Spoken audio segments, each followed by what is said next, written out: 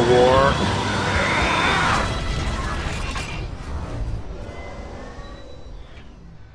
What's going on, guys? RBG here, bringing you more news on Transformers. I know I've been dealing out a constant onslaught of Marvel related content, leaving some of you guys asking when am I going to post any Transformers videos, which I'm not going to lie, I kind of can't help but scratch my head in confusion because last month was the most consistent I've been with TF content.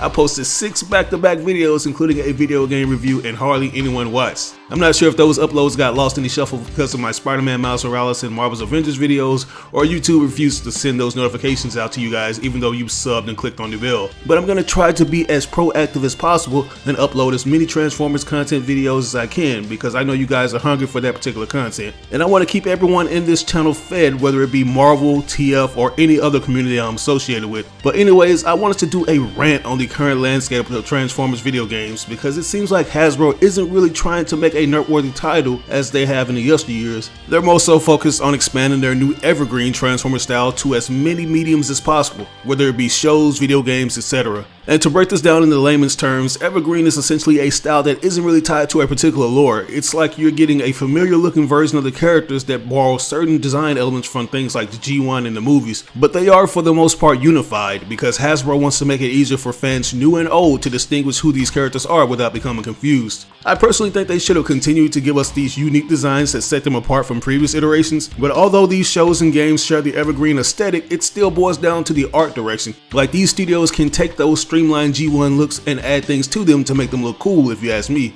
While shows like Transformers Cyberverse has dialed things down and opted to go for a more kid-friendly art direction, there are a few instances that show that the evergreen style can work for those who have a little more detail on their Transformers. I got my first glimpse of this when I saw this ad for a soda commercial. Of course, this is a little on the cartoony side of things, but you can see the potential in the extra details, right? Well, just imagine if they took that a step further with a darker and serious tone to it. Back in July, a Lebanese company that specializes in VR games announced that they would be doing a Transformers VR game. Fast forward a few months later and we got the official reveal for it, and as you can see, it sports that evergreen look, but it's a lot more darker and detailed, which honestly looks badass. But shortly after seeing that, you notice that the game suffers from the same thing that's been hindering other recent Transformers games, and that's this weird stiff looking animation that makes it look like something out of a mobile game. I'd even go so far as to say the animations look worse than a mobile game, because in my personal opinion, there have been some decent looking TF mobile games that look worthy of being on consoles. I would much rather get a full-on console version of Transformers Forced to Fight than play this game, because the animations are better, not to mention it boasts a roster of Transformers from different eras. If we aren't gonna get something in the same vein of Fall of Cybertron or Devastation, I'd be totally fine with getting Forced to Fight.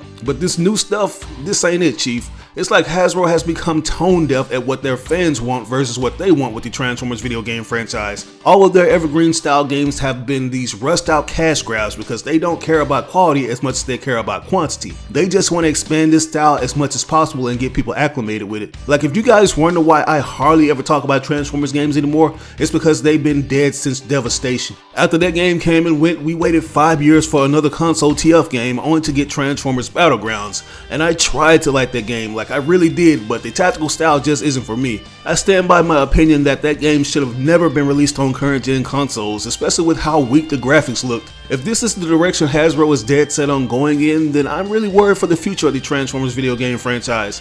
After seeing how poorly these recent entries have been, then I don't even want to know how the new Transformers Online game is going to be. I know you guys have been eager to see what Certain Affinity has been up to in terms of this new TF game, but I'm just telling you now, you be wise to keep your expectations to a very low minimum, because I have a nagging suspicion that Hasbro told them that they can make any game they want as long as they go with the evergreen aesthetic. Just make sure this online game looks like the rest of our other mediocre titles. I'm so disappointed in the current state of the Transformers. Like, we have yet to hear what direction Hasbro and Paramount are going in with the movies, and there's been rumors that the latest entry is going to be a reboot. And if this is true, I wouldn't be surprised if the Transformers look like the live action versions of their Cyberverse counterparts. It's just funny that Hasbro has partnered with a company to do a VR game with the evergreen design when they just linked it with Minority Media to work on another VR game earlier this year. There's obviously these corporate suits who want to make as much money as possible, even if it means whoring out their franchise and dangling their characters carrot over those who will bite it, because they know people are desperately waiting for a new TF game that will supersede the Cybertron games.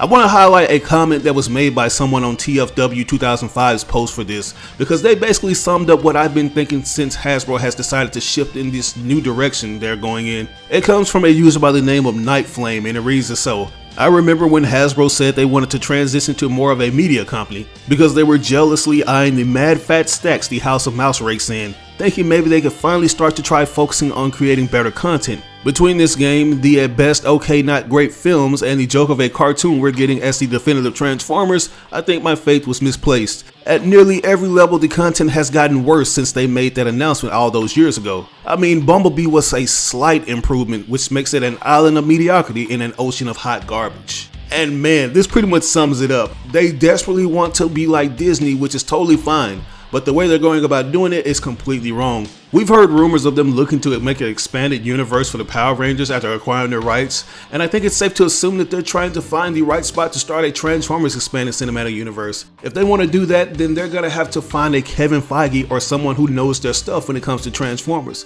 In my opinion, they had a golden goose in the form of Aaron Archer, who was responsible for recommending which robots to use in the Bay films, but he's no longer with Hasbro, so yeah, there's that. As far as doing the games, they really need to take notes from Disney and Marvel. One of the reasons we even have the best-selling superhero game of all time, that being Marvel Spider-Man, is because of Marvel's new business strategy. For the longest time, they were releasing games based on or tied to the release of films based on their properties, but this ultimately meant game developers didn't have enough time to create impressive products. They didn't get a good 4 to 5 years to do these games, especially since it was sort of mandatory for companies like Activision to constantly pump out Spider-Man games to retain the license. But that strategy would change once Marvel put the property in the hands of a more prestigious publisher such as Sony. This is the mentality that Hasbro needs to have. It's so ironic that their Transformers game deal ended with Activision roughly around the same time Marvel's deal ended with Activision, yet they did the complete opposite from Marvel. Like, you'd think they'd go about handling things more seriously after seeing how bad Transformers Rise of the Darkspark was, but things have gotten progressively worse. As I mentioned earlier, I don't really have a problem with the evergreen look. I think the overall design for the VR game looks cool, but it's the lifeless animations that take away from it.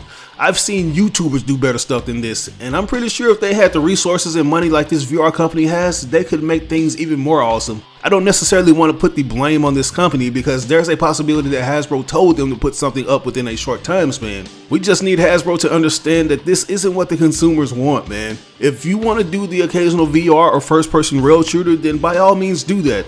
But do it with effort like you've done with games like Transformers Human Alliance or the VR tie-in game for the Last Night, which at least looked cool. I'm just really worried that we'll never see games on the same caliber as War for Cybertron and Fall of Cybertron ever again, especially if Hasbro keeps on this negligent path they're going. But with all that said, I think I'm going to go ahead and end the video there. What do you guys think of this? Are you tired of the evergreen designs, and do you wish Hasbro would treat their video game properties with more class? Let me know down in the comments below. As always, I ask you to like or dislike the video. It doesn't have to be a thumbs up, it can be a thumbs down. Any feedback is good feedback and will only help me improve on my channel. But if you really enjoyed the video, it would help me out tremendously if you shared it with all your friends and followers on social media. Sharing really makes a difference. But once again, this is your boy RBG signing out on another video. I'll catch you guys later.